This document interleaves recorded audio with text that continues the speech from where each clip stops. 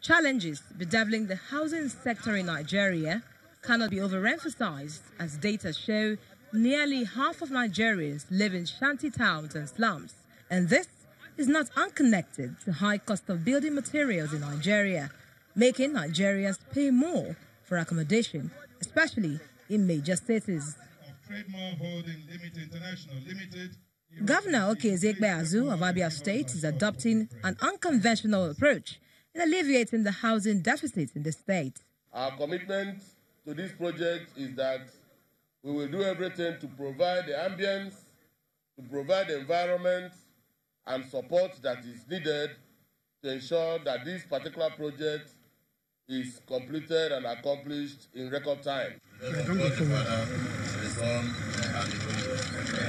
The implementation of the National Affordable Housing Delivery Program for Abia workers is the focus of the Federal Mortgage Bank, and this is according to the Managing Director of FMB. FMB has committed over 1.5 billion naira through our estate development loans products to construct a total of 438 housing units located in estates across the state through a number of developers, including the Abia State Housing and Property Development Corporation, City Point Global Properties and Investment Limited, and Slogani Properties Limited.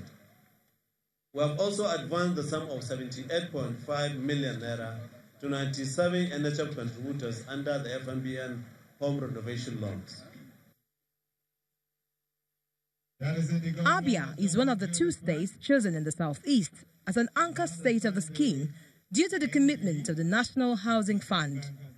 Meanwhile, the state government has acquired 20 houses in non-funded developed housing estates at Ubani Ibeku in Umuahia to be given free of charge to 20 indigent civil servants, while other interested NHF contributors are free to queue in.